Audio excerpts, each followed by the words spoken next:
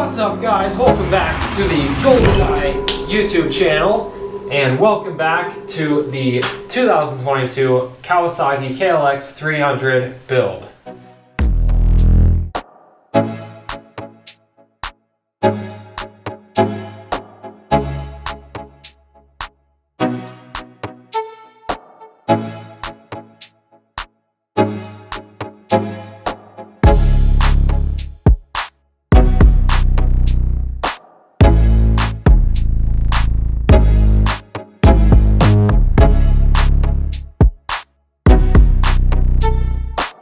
In the last video, I added a lot of stuff to this bike, mainly the front of this bike, and I also pulled off these decals, and overall I think the bike looks a whole lot better, but there's still some stuff to do. So, in this video, I'm going to be getting rid of this humongous, unnecessary rear fender, whatever you want to call this. I don't know, it goes down so far. That is insane. We don't need this. So we're gonna pull that off and replace it with something I got on eBay for about $40. It has a taillight built in. Let's check it out. Most of the Fender Eliminators on the market are at least $100, like the Yoshimura one. Those ones have turn signals built in. This one doesn't, but I think I'm gonna be able to use the old turn signals. So let's open this thing up and see how it looks. Okay, so I guess the brand is Savage. So this is a Savage tail tidy Fender Eliminator. And there's the actual license plate mount and the brackets. And then here is the tail light itself. And that's it. No installation instructions, nothing else. For $40, I am a little bit suspicious of the quality. We got 3 wires coming out of it, ground, positive, and green, which is probably the signal wire for the brake light. Okay, so here is one bracket. Then we've got some Allen head bolts and some lock nuts. That's nice. Seems like decent hardware. License plate mount, and it has actually etched in a KLX emblem. That's really cool. Now let's get the old one off the bike. Okay, now how the heck does this come off? I looked under it and there's a couple bolts, and then I looked on top and there's some more bolts. See what happens. There's 2 more bolts holding this little bag on. I'm going to take those out as well. Alright, so there's that little bag. We got 2 more bolts up here we can pull out.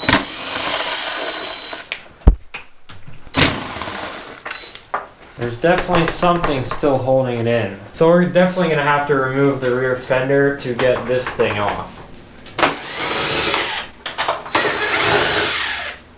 Then the seat comes off. Got 1 bolt right here on this side.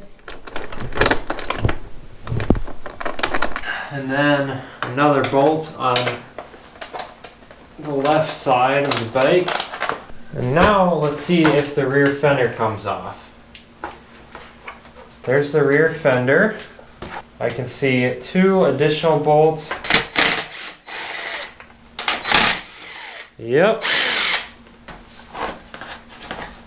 Okay, so then we just have the drain line, the overflow line that goes into the tailpiece. So we're gonna have to trim that, but for now we'll just pull it out, set it aside, and then we've got the wires.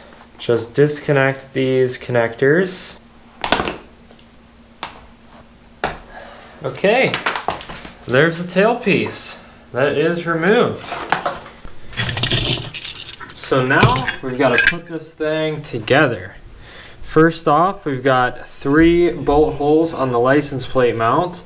They line up with 3 bolt holes on the bracket. And for that, we're going to use the included bolts.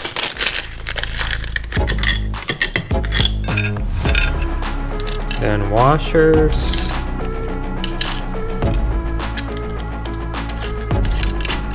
we go.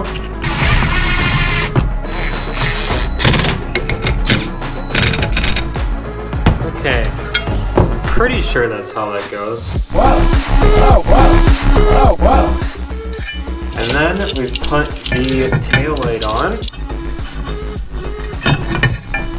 Go. Pull through. It's upside down. And then the tail light.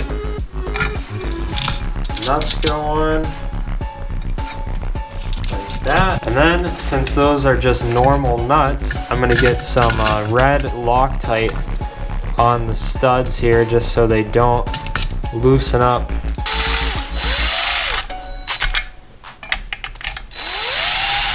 And then we just need to mount the turn signals on this. First off, we've got to push the turn signal wire through this hole. And then we've got this one screw holding the turn signals onto this tail piece. So we'll pull that off. And then pull the turn signals through. And then I think we're going to need this mounting piece here. I'm also going to need this rubber bushing here, so I just got to pull that out. There we go. So we got to get this in. Okay, that's in place. And then this back sandwich piece goes right into the rubber mount, just like that. Then we push the turn signal wire through this hole. Just barely fits. Then push that in. Then we'll reinstall the screw. Screw it down. Tighten it up. And that's it. Now we just got to do the other side.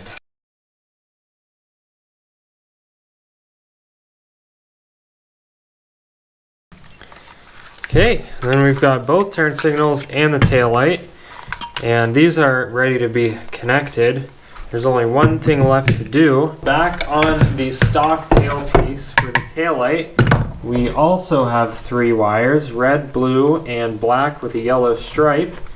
So what I'm gonna do, just to keep this nice and simple, is just cut this connector right off. Bam, just like that. We've got to just strip the ends of these wires off. Then I've got some heat shrink tubing. Then I'm going to slide those onto the wires. Okay. I'm going to twist them together.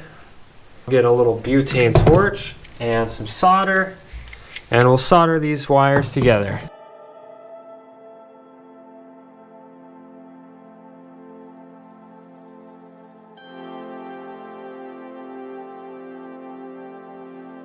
And that is it for the Fender Eliminator. It's all assembled. So let's line it up with the bolt holes. These are the holes it mounts to, I think. Okay, so those line up perfectly. Then what are these holes for? No, I guess there's only one thing left to do. Let's get it back on the bike.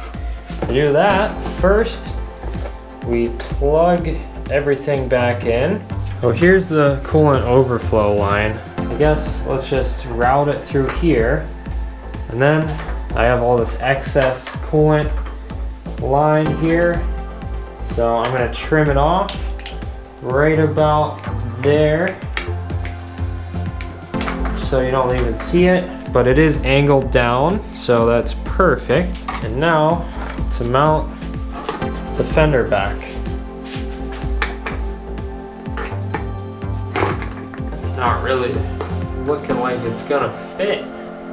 Well, it looks like there's a little bit of problem with this Fender Eliminator.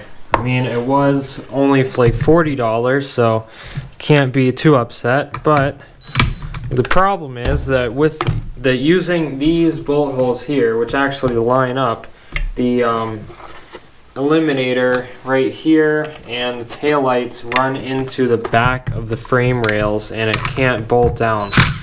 So I'm gonna have to pull it off, and then I'm gonna actually have to end up using these back holes here, which don't line up. Gonna have to widen these holes up here.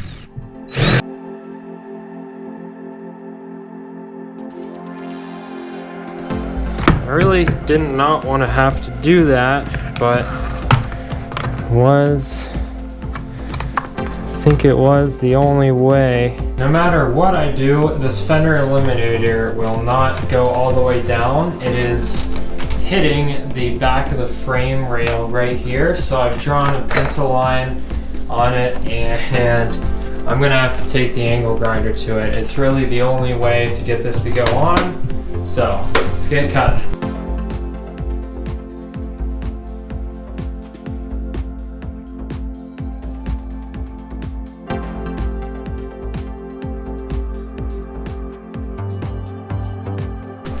Okay, now I've cut each side, and I'm gonna use a Sharpie to just go over the part that I cut and simply make it black.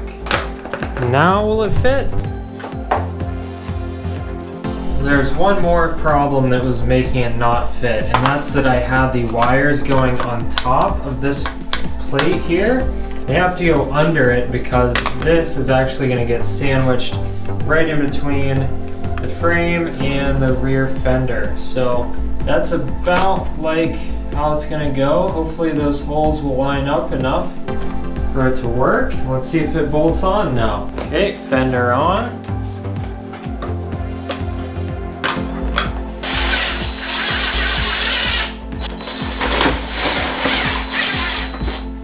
All right, all the bolts lined up.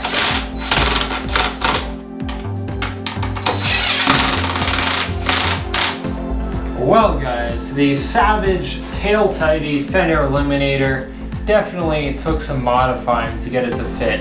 It was not a bolt-on fit by any means, but it came out really nice. It feels super sturdy, makes the bike lighter, it looks so much better, and overall for $40 I am happy with it. I'm glad I didn't spend over $100 on a brand name Fender Eliminator. This one is just fine. After doing the mods and everything, getting it on there, it does the same job. If you guys want to get one of these for yourselves, check out the link in the description. You can go ahead and buy one. And if you have any questions about mounting it, please put them in the comments down below. And that's going to be it for this video. Stay tuned for the next one where I'm going to be doing the power modifications, new exhaust, and 3 other things which I can't tell you. You'll just have to wait for the video to come out and watch it yourselves. But that's going to be it for this one.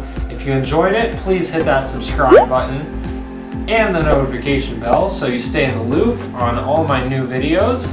And I'll see you guys next time. Peace